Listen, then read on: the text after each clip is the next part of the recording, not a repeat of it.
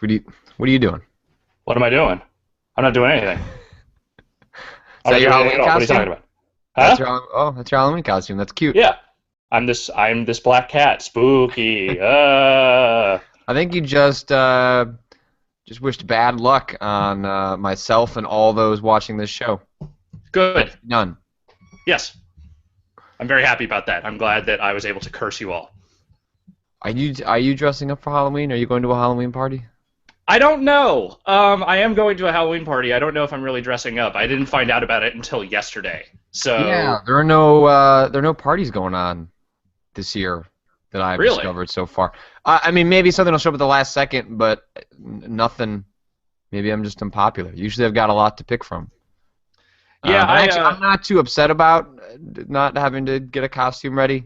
sure. So I guess Yeah, I'm I not. mean, at this point, it's either going to be I throw on a wrestling mask, grab a belt, and just fucking go as backyard wrestler again, or I just take that old Arkham Asylum straitjacket I got sent years ago and just do the mental patient thing, which is easy enough considering the giant dark circles under my eyes and the sort of weird crazed look I generally have. So not hard to pull off. Easy stuff that I can just kind of softball in there.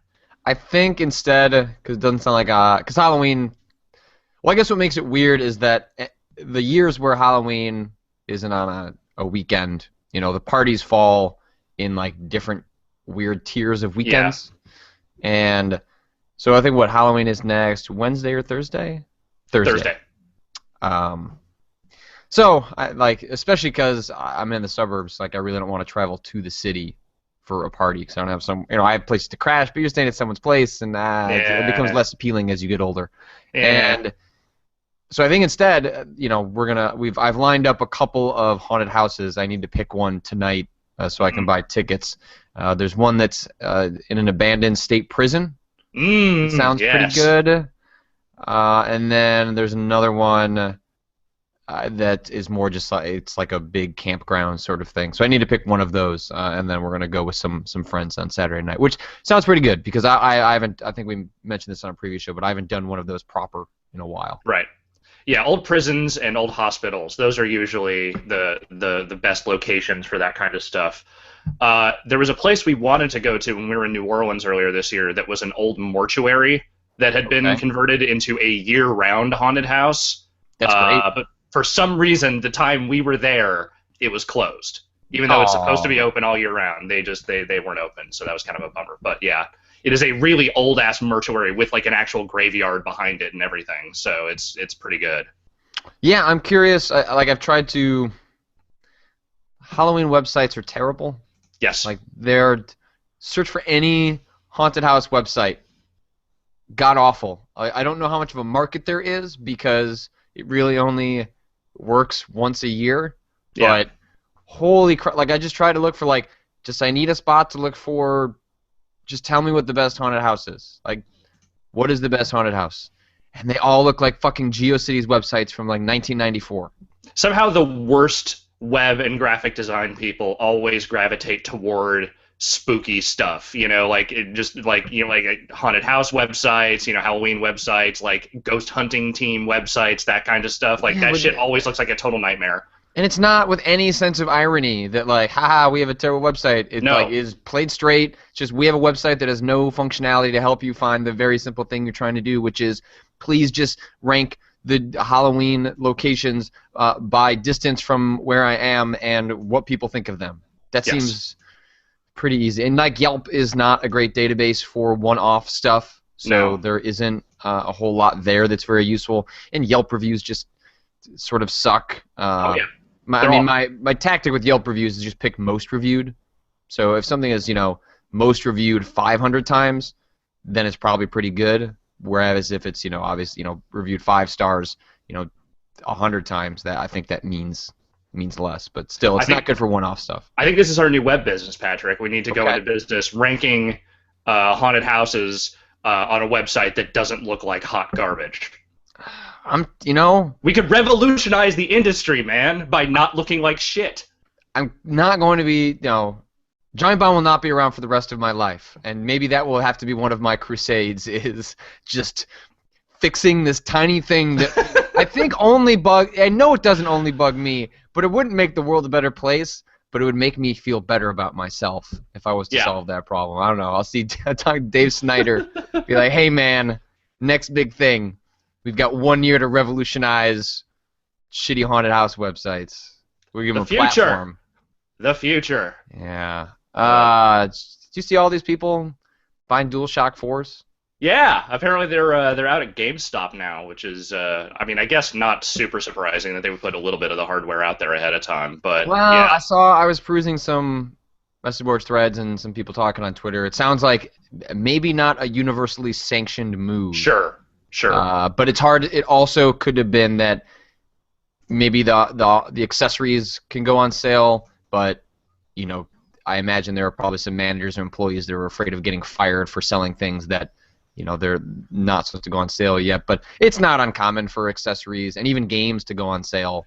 Yeah. Ahead of. I mean, I remember Wii U stuff was that way, where you could buy Wii U games well in advance of the hardware for whatever reason that you might want to. I should go check my local game store. They're really good about breaking street dates. The one that isn't GameStop. I don't need a second controller, I don't think, quite yet. So, like, as tempted as I am to want to touch and have, I just want to see if they have them. Oh, sure. Yeah, I guess that's true. If they had it out, it's been cool to watch people figure out how that controller works with. So you can use it on a PS3. It'll pair. Yeah. And then some games will work, some won't. Some functionality doesn't work. It does, I guess, depending on your OS. Like, there are people still kind of figuring out what the weird bits are, but basically it'll pair to your Windows PC and even to a Mac, but with varying degrees of success of getting. Right. Essentially, either Sony will have to release an official driver, or someone will manufacture a driver, or people will have to continue to rely on sort of bunk software in order to unlock some of the more advanced features. The stuff like the vibration doesn't work natively, so people will have to use software to figure that out. But it's super early days yet. But it is, you know, I don't blame people for being, maybe if they don't need a second controller, excited to just go out and say they have a box that says for PS4. Yeah. That's cool. Like, that is cool. I don't need a second controller, but like that's neat to say that like next gen it's here. It's here, and it's 3 weeks away. The system is 3 weeks away now. And then the Xbox One is 4 weeks away. You know, it's like we're there now. Like, we are at the countdown stage for this shit, and it is terrifying and exciting all at once, just because you know there's going to be way too much to do for exactly 2 weeks, you know, while everything else is kind of spaced out. But at the same time, hey man, fucking, it's time. It is time for some new goddamn consoles. I don't care if the launch lineups have gotten weaker. I'm just happy for some new shit. Yeah. Did you play anything this week of note? Yeah, I played through some of the Stanley Parable. I haven't gone through all of the. Well, I mean, I don't even know how many possibilities there are for that game yet at this point. But I went through at least a couple hours of it in a few different playthroughs. That game is real cool. That game's real funny, real neat. I'm going to have to be very careful to say anything, because obviously the whole point of that game is to experience it for yourself and not really give away any details. But you know, as an exercise in sort of exploring the nature of player choice through comedy, I think it is a far greater success than I was perhaps even expecting, because I thought that game was going to be cute, but I think it's actually really, really funny and really, really clever, which is, you know, kind of nice. You know, there's been some cute, some funny, some neat games this year, but I think this is arguably the funniest thing I've played so far this year. Yeah, and it's not just funny for absurdity's sake, like something like Saints Row. Not that Saints Row can't be clever, but like a lot of what it trades in is the absurd and treating the absurd with a straight face. So it's I adore Saints Row 4. That game is hilarious, but not taking anything away from that. But it's not very biting. It's not a comedy with a bit of an edge. And the Stanley Parable, like, if you've played a lot of video games, kind of people watching a dumb show like this probably play a lot of video games. I would hope so. It's really funny, because I don't think I wonder how it would play to someone that can't realize the irony of a lot of the commentary. Like, I think it still probably works on a couple of levels.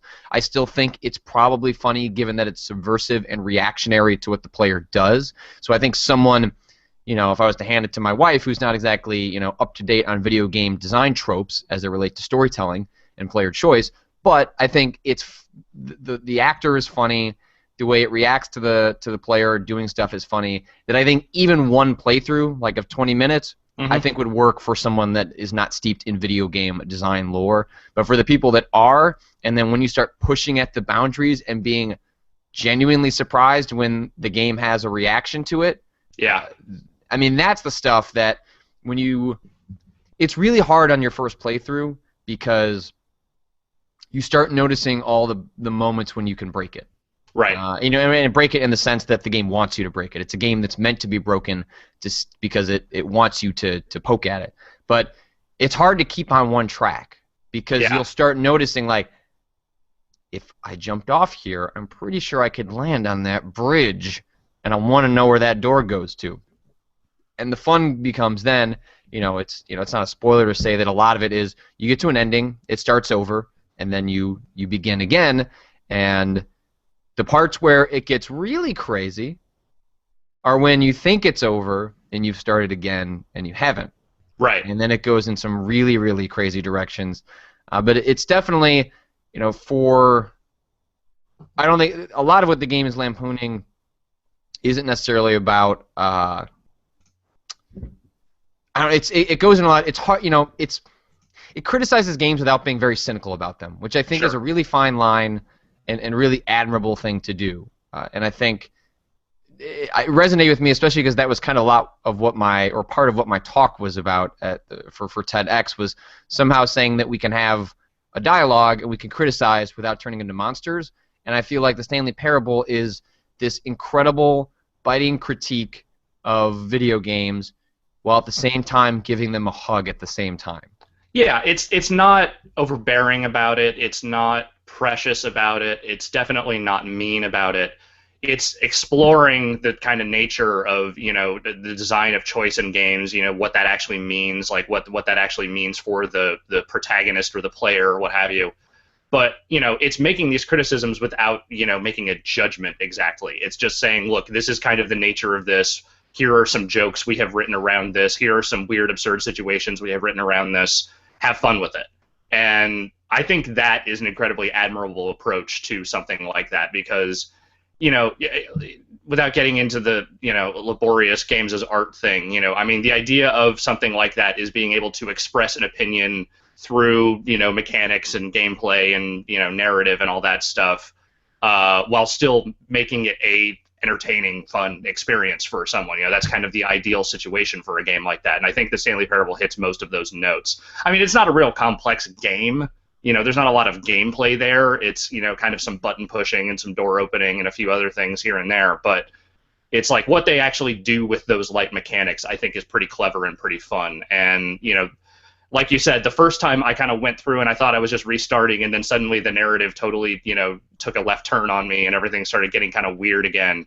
That was when I realized there was something a little bit more to it than just, some funny jokes about, haha, you don't actually have any choice, you're just, a pawn in the game, etc. It definitely goes beyond that pretty quickly, and I was pretty impressed with it. Yeah, it's the moments where I think up front you think this is purely a commentary on sort of like player subversion of the designer's intent, and that is, I would say, probably sort of the thrust of the game's thesis, if it is to present one. But it plays with that tension in some really great ways. And yeah, it's just like if you were to read this as an essay, it would be a pretty good essay on the problems of video game design in 2013. But it's the presentation of its argument that I think makes it seem really fresh and interesting, despite it not necessarily presenting entirely new ideas. They're ones we've heard before, but it's done in a really interesting way that makes you stand up, pay attention, and realize sort of why having these conversations or thinking about this stuff is important, even if it doesn't mean that all games need to change or conform as a result. Which I think is sort of maybe the lasting impression you get from the Stanley Parable is like, hey, these are problems, but it's okay. It's a game. It's video games. But video games. Yeah. Yeah. So I played a decent amount of that. I got some more scenarios I know I still need to play through, so I'm Did gonna keep playing you through that the weekend. did you go in the broom closet? I've gone in the broom closet a few times now. Okay. Okay. Go. Okay. I was just gonna. Yeah, I don't want to say anything more, but hang out in the broom closet. hang out in the broom closet. Okay, Yeah, for I like, haven't tried to hang out in the broom oh, closet. I've just gone in hang there out a in the few broom times. closet. Like, Okay, just shut that door. Just hang out in the broom closet. all right, all right. I will say probably the one thing that is a little frustrating about wanting to see everything that game has to offer is Well, for one thing, you never will. sure, but like I do like I want to see the other endings, but there's not like a good way. Like it's hard to figure out the best way to go about that, which is like I don't want a hint system, but I want Hmm. someone to tell me like, hey, go look over there. I don't necessarily just want like, well, here's the ending. Like I part of the fun is the experience, and it's like I'm gonna jump in there maybe one or two more times, and at some point I will have sort of just run out of what I think are my ideas, and I'll need sort of the help of the brute force of the community to realize where to push next, unless I just watch them on YouTube.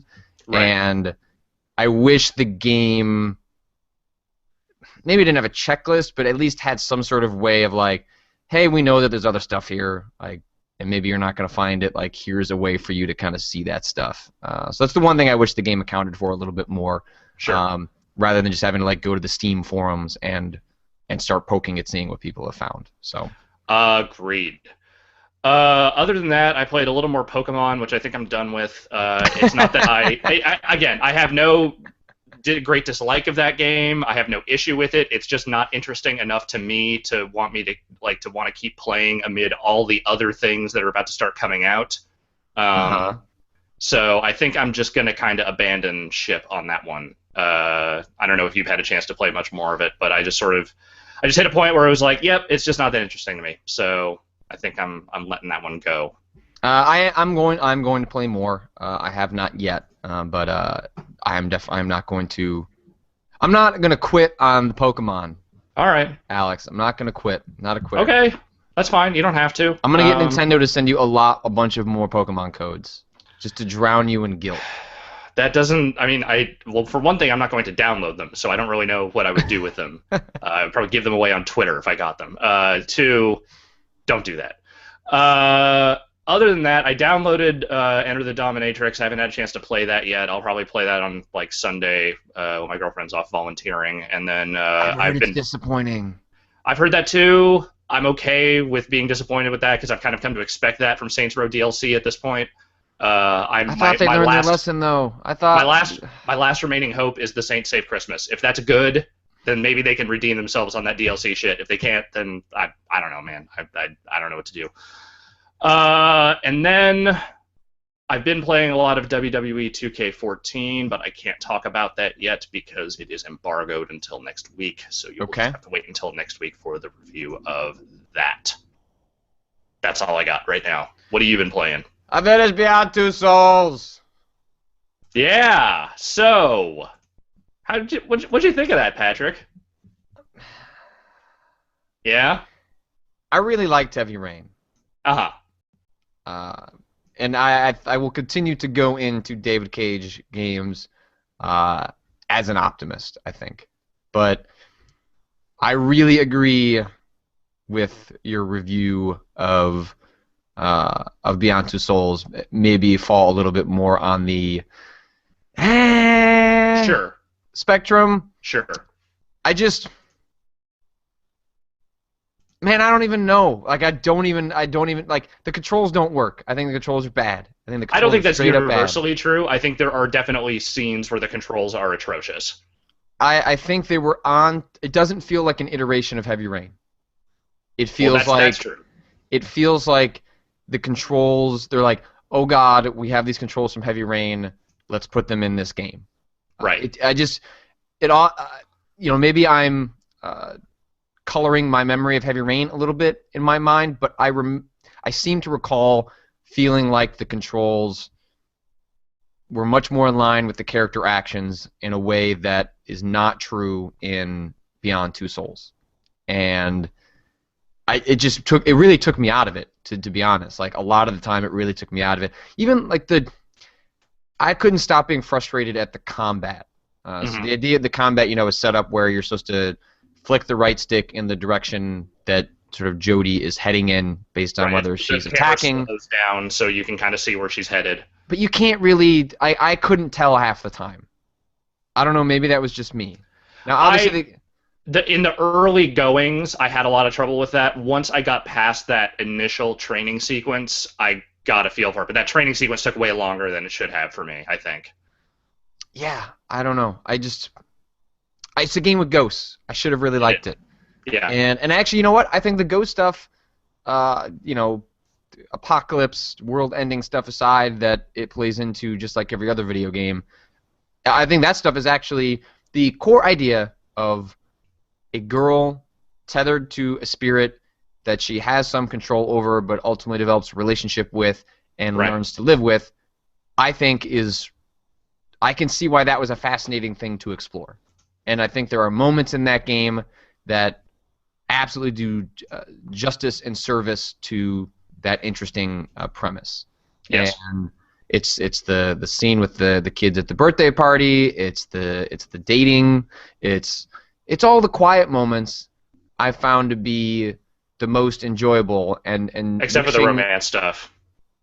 Oh yeah, the romance. Oh, the The romance romance is stuff. the worst part of that game. That dude cannot write male-female interaction in any kind of believable or meaningful way. He is literally incapable of it. He needs an. And I saw a quote where he explicitly denied the idea that he could ever work with someone as a writer, and that bummed me out because I think that is sort of where this needs to go next. That's terrible. That is a terrible thing to say. That you could not work with someone else as a writer. That your vision is so narrow and so specific to you that there's no way anyone else could possibly improve it. Like, what a weird, awful thing to say. Well, that's not so much the way he put it was that writing's very personal. Like Well, I need to do sure. it on my own, and I don't disagree with that, but the guy needs an editor, and so Everyone needs an editor. we'll see. Like I did, I thought it was interesting and admirable that Shuhei Yoshida, the head of Sony Worldwide Studios, tweeted in the last week or two that he went to Quantic Dream and gave David Cage his honest feedback about the game, which Hmm.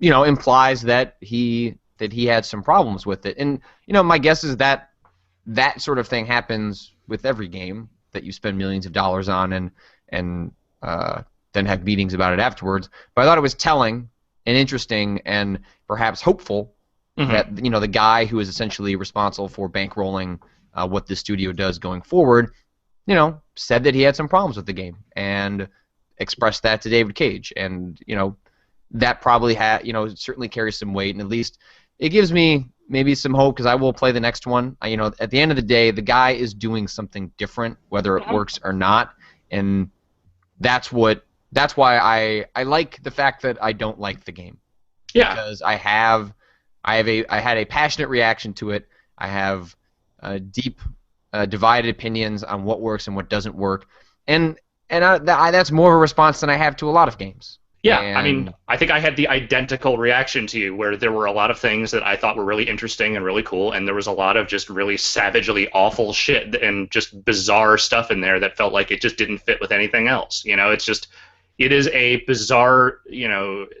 dichotomy of experiences that just don't entirely fit together. like the idea that he talks about not needing a co-writer and editor, and yet this is a game that, without talking about why it's structured this way, is structured in a way that you are jumping around Jodie's life and experiencing these different moments. Oftentimes feels like it was just there wasn't a cohesive narrative thought up from the beginning. It was more like, here's a cool premise, let's come up with a bunch of scenarios and then a narrative justification for why we don't really need to link those together in a particularly meaningful way. I Now there feel like, is. yeah, Go ahead. I feel like that structure worked for the first like 2/3 of the game because it felt like it was building to something, but then what it was building toward didn't make any goddamn sense with the rest of that, sort of jumping around in time. Like, I feel like there was it felt like it built toward something that it didn't actually go toward, which Yeah. is why the last third of that game is so weird. I mean, I didn't hate the endings or anything, but it definitely, like, the conclusion and the last few chapters of that game feel like they don't build out of any of what was organically built out of the previous 2/3. Yeah, and I guess the thing that's so frustrating about the game to me is when its best moments are pretty goddamn incredible, and Yeah, unlike anything else that you see in games typically. And I think it's actually a really interesting example of the actors involved elevating the material, which is not something you see in games all that often. right. Willem Dafoe is kind of cheesy, but I think it works. But he's Willem Dafoe cheesy, which is better Right. than most voice actor cheesy. Right, and I think Ellen Page, She's great. part of how you react to her is what you just sort of think of her as an actress. But I also think that's cool that we have that in games, because that's not normally a reaction we have. Normally it's just, well, it's a voice, and Yeah. it gets the job done, unless we're talking about exceptional situations like a Troy Baker or people, or Nolan North. But mostly we don't have those reactions to voice actors, and this is a situation where I think the actors elevated the material in a way that had an impact on your reaction to the game. And I think Ellen Page sells a lot of really goofy scenes that have no reason to be taken seriously on a writing level, and she pulls them off.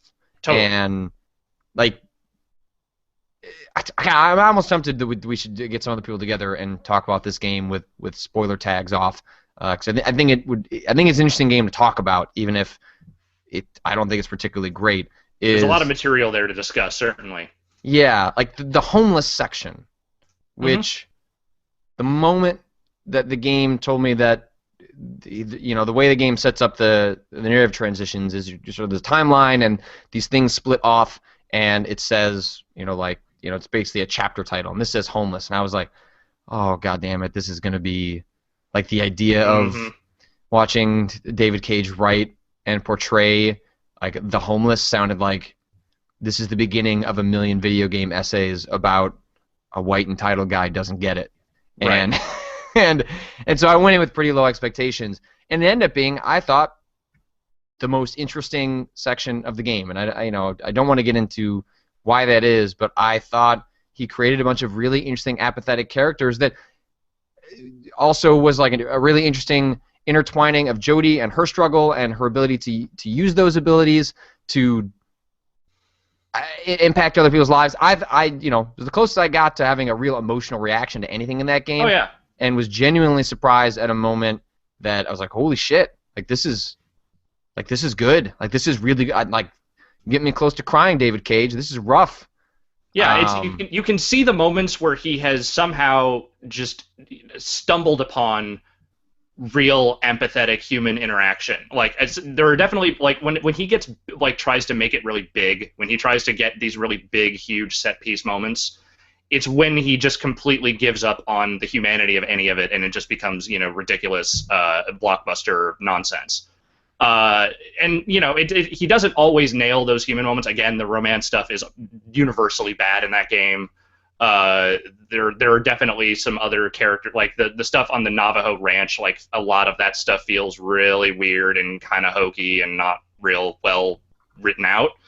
But like that homeless section, some of her early interactions, like with the teenagers at the birthday party, which got a little over the top at certain points, but like in the early goings was pretty good. You can see that there are germs of good ideas, and he has a basic, like, there are moments where he can nail those interactions and make them kind of believable.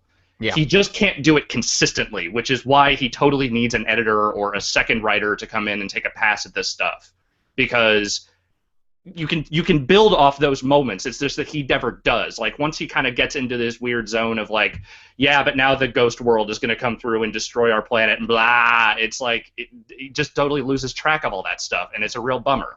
Yeah. So, maybe I'll see if we get some. Justin McElroy reviewed that game. Yes, he did. So I don't know. We'll see if I can get something together for next week. I think that would be fun. I'd be up for that. That would be fun. Okay. Yeah, because now I feel we're going to get too close to encroaching too much on that game. Sure. But yeah, it is a game of peaks and valleys. And sometimes you go and visit a valley in the desert, and you go, what the fuck am I doing here? Yep. Literally, you do that in the game. You go to a valley in the desert, and you're like, what the fuck am I doing here? Okay. All right. Nowhere Beyond the Souls. Souls. So I played the Stanley Parable, talked about that, played Beyond Two Souls, played that. Uh, so you didn't play, but and we won't mull on this long, but not surprised to see some of the mixed reactions to Arkham Origins coming out this Yeah, morning. yeah. I just played that game a while ago. I'd only gotten to play through a short level section where I beat up some dudes, and then I beat up one of the bosses. And I, definitely came away with the impression that it was more Batman. And this looks like it is more Batman, but without really any forward progress whatsoever. And it sounds like some of those boss fights get pretty laborious and not really that great from a few of the reviews I've been reading this morning. Yeah, it's one of those games that I feel like had it come out 2 weeks ago, they really would have guaranteed I played it. Yeah. But like I've got some other stuff that I might want to catch up on this weekend. I haven't played Device 6, the new game from the guys who made Your Walk. I want to check out a little bit more of Pokemon, and like when you see it's like if you like these games, you'll like this one, but that's sort of a Yeah. recipe for that's a game that I want to play next February. I look at it as I liked those games, and if you're telling me that you've done something interesting and new with this formula, then I am most definitely on board to try it again. If you are just making another one of these exactly like the last two, then I'm maybe not super hot to jump right on that. Like you said, that's something that I could totally catch up on as backlog as opposed to diving right in. Because I don't know what it is about those Batman games. I like them a lot, but I can never play them in long stretches. I ended up playing Arkham City over the course of like a month and a half in like very short stretches, just because for some reason I would just get worn out after each chapter and want to not keep playing. Mm. I feel like I'd probably run into that scenario even more so if the game isn't as interesting story wise or mechanic wise as the other two. You know what I mean? Yeah. Here's an interesting question because we really haven't played the game, so it's hard for us to chat too much except speculatively based on the reviews. But I think this is an interesting question from Sino, which is Arkham Origins is receiving some harsh criticism for essentially being more of the same. Should reviewers' sequel fatigue influence score? Origins could be someone's first Arkham game. I haven't played it. Just interested in your thoughts.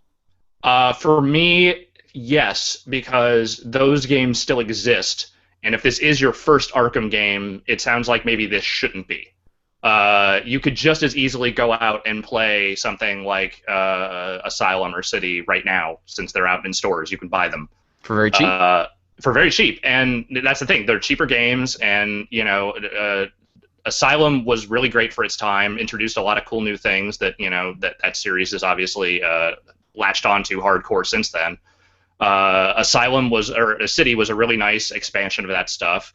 Origin seems like a cool game, but I don't know if it should necessarily be your first Batman game, just from what I've been reading in the reviews. Again, this is just speculative and based on the short amount of time I've had to play it. Again, I enjoyed what I played of Origins. I thought it was, it hit some of the same notes that you would want one of those games to hit, just not necessarily didn't really seem to do anything too different. So, yeah, I don't know. I mean, it's like if you're starting out with this series, why not start with where the series started? Why not go back to the beginning and just play Asylum and then play City? Because those games are still pretty great by all accounts. Yeah, I mean, I definitely understand where that question is coming from. But yeah, you're right. You can't review them in a vacuum. Yeah. I think if you do come to this as your first one, then that's great, and there would be a place possibly for someone to write a review that was, hey, I haven't played any of these before. Here's what I think of this one and how it stacks up. But I don't think that's going to be how you read any review. I guess my guess is the vast majority of people who are reviewing this have played the other games, and the vast majority of people who are picking up this new one have probably played the other ones too. And it's just not it wouldn't be fair to the game. It also, I think, wouldn't be fair to what is the vast majority of people who are thinking about paying $60 for that game. I think those people have played the previous games. I think those people deserve to know whether, in a hotly contested fall where there are lots of other games, especially a lot of games coming out next month, even if there's not necessarily a whole lot right now in the $60 category, you want to know whether that's where you want to spend your $60, or do you wait till Assassin's Creed 4 next Tuesday, or do you wait and buy, the multitude of great Nintendo games possibly coming out next month. Yeah. So, I think one of the things that I think about a lot when folks get sort of up in arms about, well, reviewers have a different and skewed and privileged perspective because they play a lot of their games for free, and it's not in the same sort of boat as the typical user. I think some of that stuff is true, but I think on the flip side of that is that because we play games from that perspective, it allows us to sort of view it in a way that you can't when you're about to spend $60. Because when you're going to spend $60, like, you really want it to be good, and you're sort of setting yourself up to want to believe the better parts of a game than the worst parts of a game. And so I think a reviewer is in a position to sort of step back and say, I don't have to spend $60.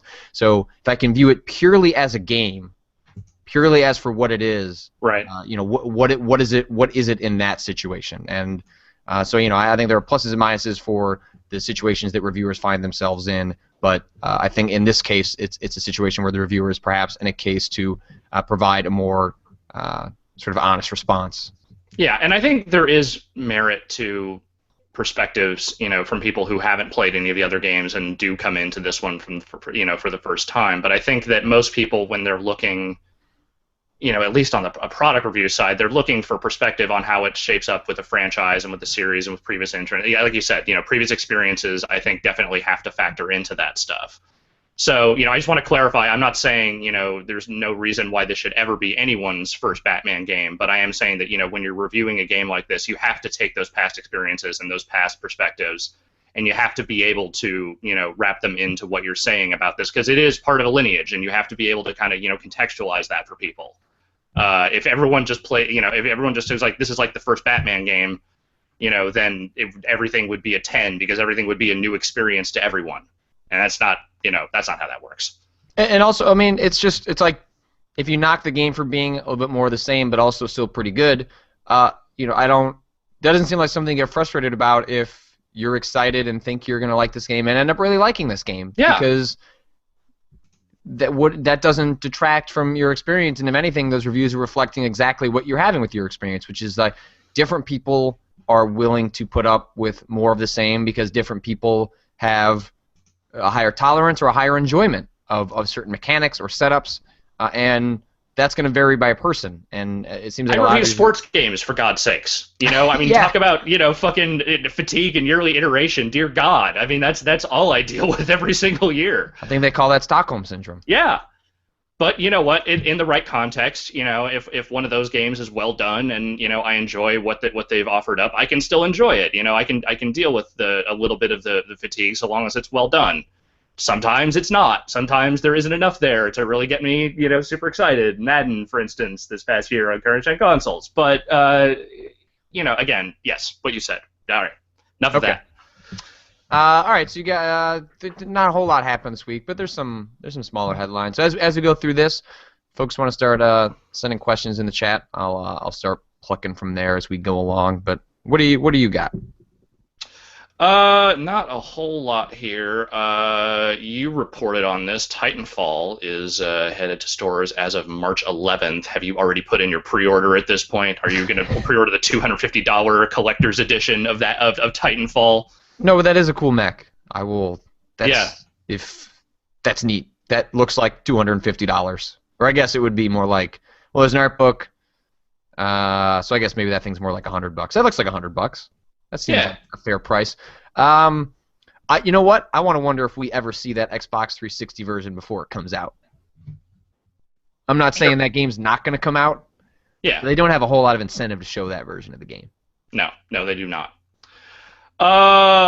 Speaking of release dates, BioShock Infinite Burial at Sea is out next month as of November 12th. I unfortunately missed a press opportunity to go actually play that and see what that thing was all about, but it has looked cool. Are you still looking forward to that, Patrick? Oh, yeah. Who doesn't want to go back to Rapture? I feel like I do. Sort of regardless of its good, I want to check that out. And, I played that game on consoles. I played that on my PS3 because that was a copy at the office that nobody wanted the console version of that game, so that's the one that showed up. So I took it because I was living in the pre-PC era at that point, and I'm looking forward to playing this on a PC and seeing what that looks like.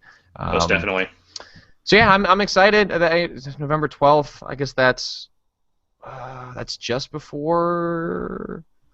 What are these console launches? I'm getting all the dates mixed up. I believe 15th is yeah, 15th is the PS4. So that's 3 days before the PS4. Okay, and I've heard that's pretty short, so that seems like something to sneak in right before everything gets nuts. So Totally. that's probably a good date for that. Let's see. This is just a rumor, and not to get too back into the Beyond thing, but there are some grumblings around the internet, again, completely unconfirmed, that Ellen Page may be looking to sue Sony over the fact that her nude model has been circulating around the internet from that game, which, again, let's just clarify. One, this is from a hacked game. It's not actually in the game. And two, it's not actually her body. It's just a digital body that they put with her face. But there are apparently some rumblings that there might be some kind of lawsuit thing maybe happening there. I don't know. That seems like kind of a weird thing to sue over. I know she has like a no nudity clause in all of her acting gigs, but does this really count? Yeah, I read that article. That seemed awfully speculative Yes. on what she might or might not do. I don't. I suspect she's upset, and I suspect she has reason to be upset. This Sure. would certainly be, it's not her body, but tell that to all the people watching it on Vimeo and other websites that allow content like that. And she was already kind of she had expressed that she was kind of pissed about The Last of Us. Right. So, she's maybe not on the best terms with Sony right now. Maybe won't be seeing Ellen Page in a future Sony product. But I can't imagine that she would actually sue. But it definitely is, the next in a long list of, hey, game developers, get that shit out of your system. Delete the content off the disk before it goes to manufacturing.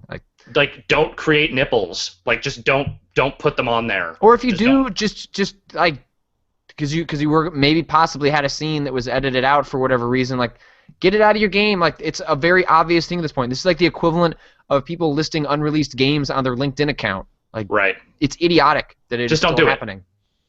Yeah, I know that story is like totally baseless and probably not actually true. I just thought it was really funny for some reason. Yeah. Just the idea of her suing over a nude model would be really hilarious. Last thing I've got, Patrick, this one's specifically for you. Euro Truck Simulator 2 has Oculus Rift support now. Are you ready to get on board? Are you ready to get into some Oculus Rift trucking? I might have to at least install that. See Yeah. what that is all about. That sounds like the right kind of dumb for They're still testing giantbomb.com. it, apparently, but I feel like actually the untested, sort of broken Oculus support for a trucking game would be better than the actual Oculus support for a trucking game. Yeah, that sounds like a lot of fun. I'm gonna have to. I'm pretty sure that is on my Steam Press account, so at least have to check that out. Totally. That's what I got. Yeah, not a whole lot here. Ouya is going to expand to all target locations. Mostly that just makes me think that I should at least turn on my Ouya and see what's on there, and then turn it off again, probably. You have an Ouya. They sent me one. Let's be clear. You kept it. I did. I kept thinking I would play. What's the Towerfall? Sure. Yes. That, but now that PC version's coming out in a couple of months with like a single player story and stuff, so I'll just wait. Let's see. Did you watch this new Killzone Shadowfall trailer?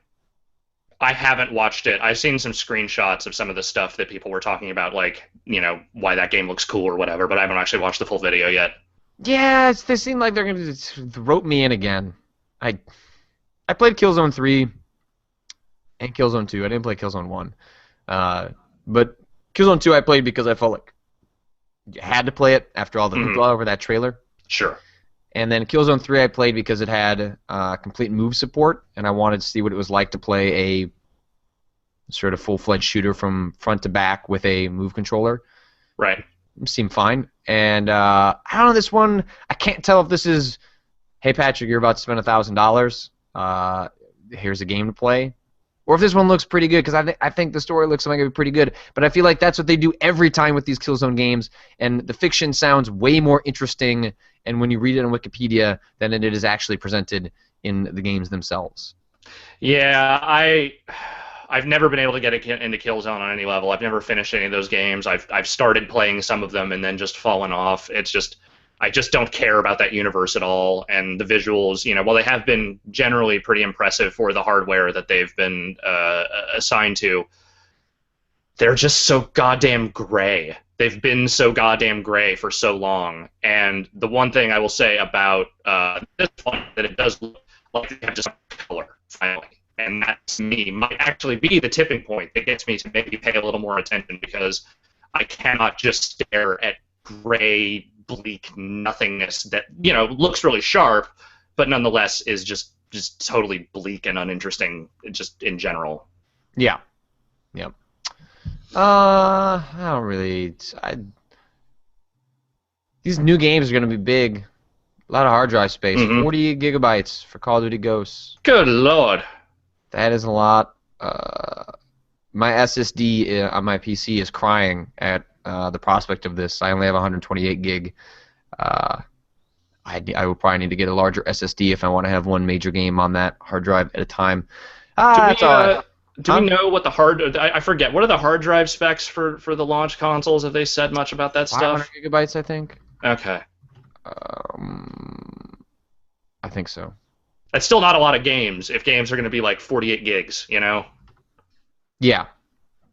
But whatever. I think people that have more than 2 or 3 games installed at one time are crazy people. Sure. I don't know why you need 8 games, 9 games installed at once. You're not playing 8 games at once. Yeah, that's true. That's true. But I just keep them. I never delete them. I don't know.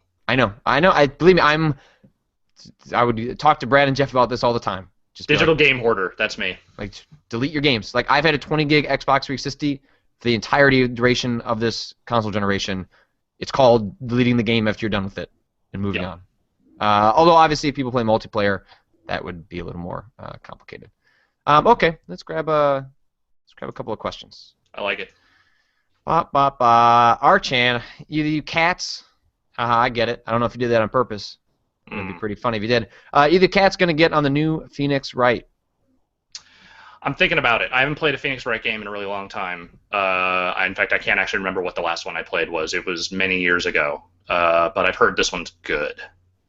Yeah, I've seen some pretty glowing reviews that maybe this is the best one yet. And I played maybe an hour of one of the GBA ones, I think. Mm-hmm. But I have not touched it since, even though it definitely seems like the type of game that I would be into. But starting a Phoenix Wright game here at the end of October with these big games like AC4 coming next week that are for sure 15 to 20 hour games. It's one of those that I definitely want to play. Like, mental note for next January. Right. Yeah.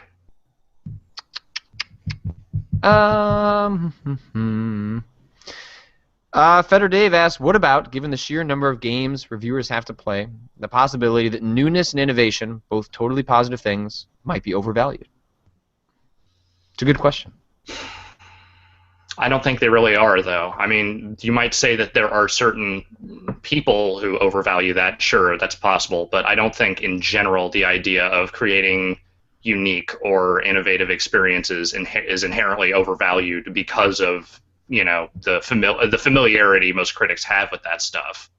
Yeah, I don't know. I mean, it's like I don't know what about those aspects would technically be overvalued. I mean, those are important things, I think, because that's sort of how you like innovation and creativity and trying different things is sort of what drives this industry forward, isn't it?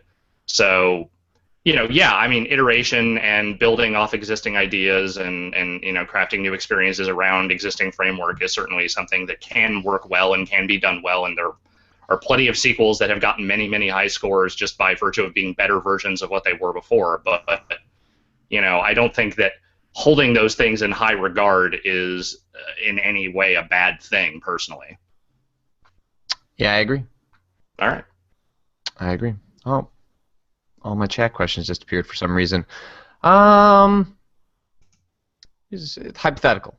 Blackwatch asks, what graphic style would you like in the new Wii U Zelda? I'd like something new. Not to, just completely, turn around on that last point, but as much as I love the Wind Waker look, I don't inherently just want them to go back to that. I didn't really love the art in Skyward Sword or Twilight Princess, so I'm kind of the opinion that maybe it's time to just try something different. I don't know what it was about Skyward Sword that I just didn't like, but I really hated the character design in that game. I really hated the way like all the characters in that game looked. And they tried to split the difference between Twilight Princess and something like Wind Waker. Not as extreme as Wind Waker, but they wanted to be cartoonish, but not going all the way to looking like an actual Saturday morning cartoon like Wind Waker does. And I didn't feel like it ever really defined a style. I mean, it had a style, but it was not that interesting. It just felt like it was walking between several different Zelda worlds, and I think that game in general struggled to find an identity for itself. I played it, I Sure. did enjoy it.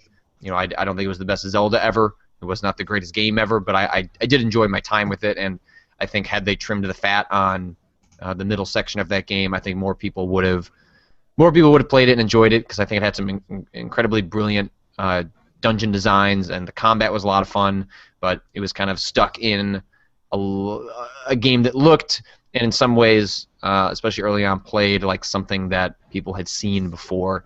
And Yeah. I am genuinely curious to see some of what they do in a Link Between Worlds, because I feel like that is their first step towards really shaking up what Zelda is. And they're, you read the interviews, read what Eiji Aonuma is talking about for the next Zelda, and it sounds like it's a long ways off. That it is definitely not next Christmas, and it is the Christmas after that. But I'm hoping, I'm curious to see what they do. Like, how far do they go? Because they're talking a big game, but it's easy to say that, given that Nintendo is historically a pretty conservative company. I'm definitely curious, at least. Same. Common reason. Are you anticipating The Evil Within? Do you think will actually bring anything new to the survival horror genre? The bits I've seen of The Evil Within don't suggest it is anything revelatory to the genre. It definitely looks like Shinji Mikami looked at Resident Evil 4 and said, I'm going to take another whack at that. I haven't played it myself. They've only shown very brief slices of that game, so kind of hard to say, kind of hard to take away too much from it. But it's promising at least to have a big AAA horror game coming down the pike.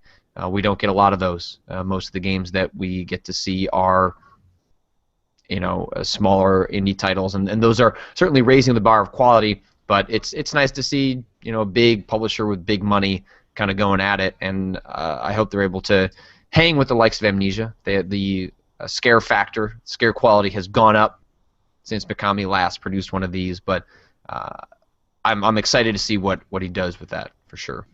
Yeah, like you, I don't see a whole lot of, anything revelatory in there, but I'm all for just, a really good fucked up horror game from someone who does fucked up horror pretty well. So in this case, it seems like, he's at least going in that really messed up direction. So, hopefully it plays well. That's the one thing I don't really know, because I've never gotten hands-on with it. But at least from creating a really nasty, unpleasant, spooky-ass atmosphere, that game seems like it has that going in spades, at least.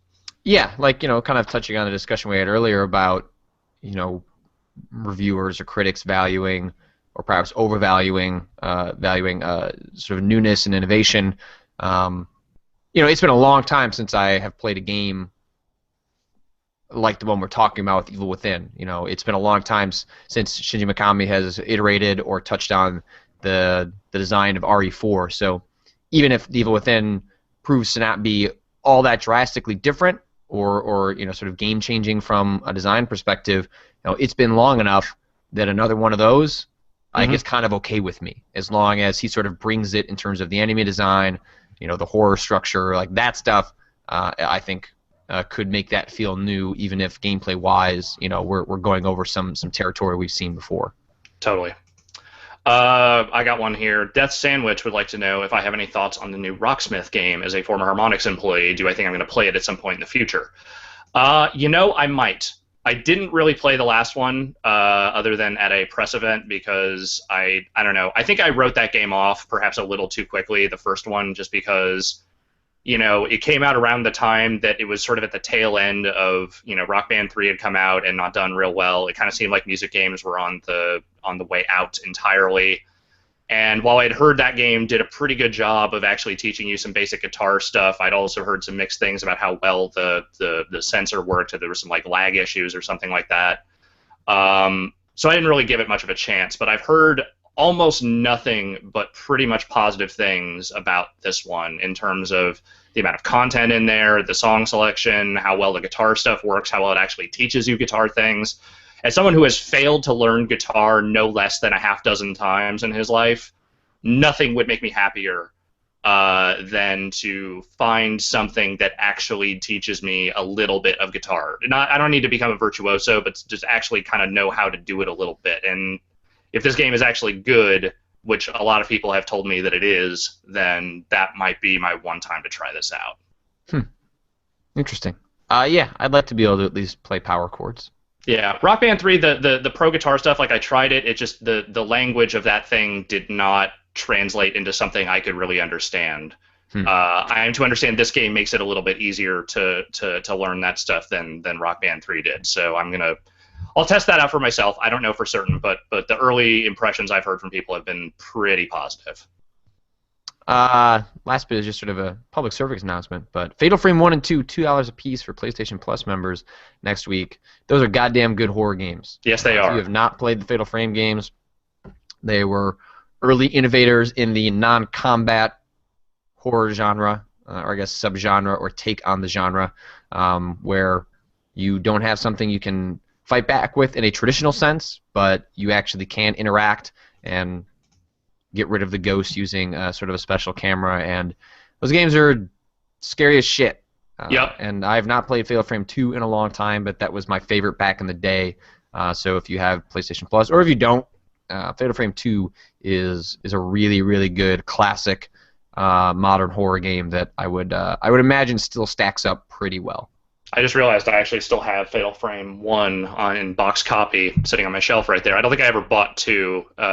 I think my girlfriend borrowed it, and I watched her play some of it. But yeah, those games are terrifically scary, messed up horror games. As far as that, especially that kind of like PlayStation 2 era of J horror type stuff goes. Highly recommended. Highly recommended. Yeah, and God damn it, I wish Nintendo sort of like owns that IP now, and they seem to be doing nothing with it with their relation with Tecmo. It's a complicated thing, but I look at the Wii U gamepad, and I think that is goddamn perfect peripheral. Oh, totally. For you to make a Fatal Frame game. Go make a Fatal Frame game.